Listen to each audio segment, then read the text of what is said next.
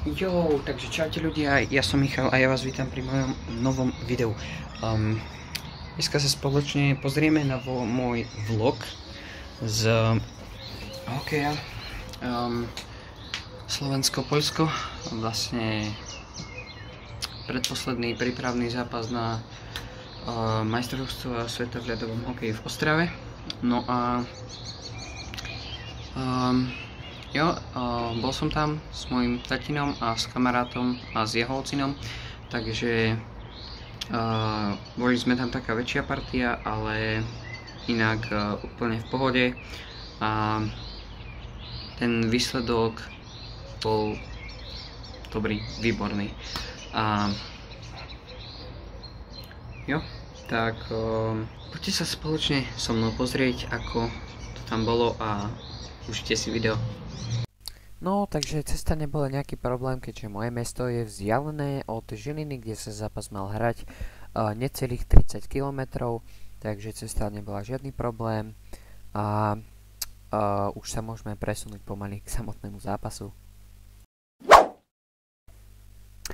Tu už sme boli pred samotným štadiónom, kde sa zápas mal hrať a keď sme sa dostali na štadión, ešte nás teda sekuriťáci preverili.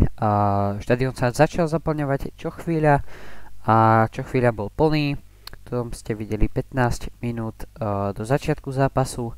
No a pri predstavovaní zostavy Slovákov to bol celkom šialene, lebo pri každom hráčovi sa hučalo a môžete si vypočuť, ako sa vrieskalo pri Tomášovi Tatarovi. A to som to ešte aj stíšil. No a tuto nám už na rad nastupovali samotní páni rozhodcovia, ale musím povedať, že vo futbale pískajú oveľa horšie ako v hokeji. No a potom nám začali nastupovať oba týmy, aj tým Poľska, aj tým Slovenska, ako ste mohli vidieť. No a potom zaznela hymna Slovenskej republiky.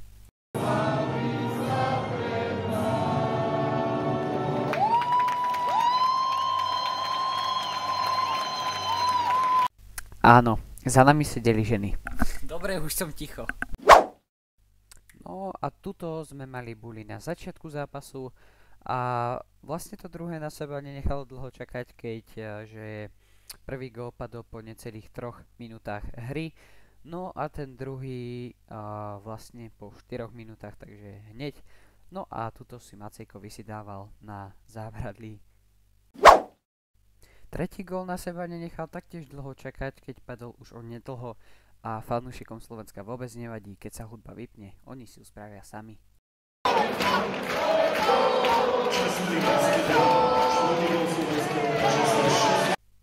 No a na tento zápas prišiel aj Šimon Nemec. Cez prestávku sa prešli po ľade, áno, v autách a bola to celkom sranda. Potom nastupovali Slováci už na tretiu tretinu. No a tuto môžete vidieť, že sme mali buli priamo pod nosom, bolo vypredané, parádna atmosféra a Macejko trocha robil zle. Aj keď Slováci druhú tretinu celkom vypustili, tak v tretej znova zabrali a oslavovalo sa z 5. gólu. No a neviem ako, ale podarilo sa mi zachytiť aj tento kúsok.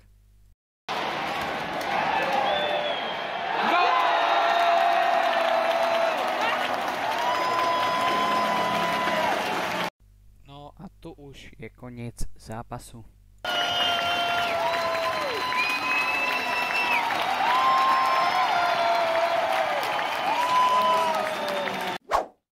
No a jediný slovenský nájazd premenil Pavol Regenda.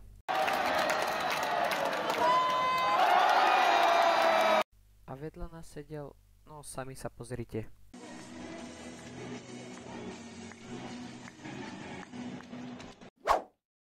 No a tu už máme záverečnú cestu domov.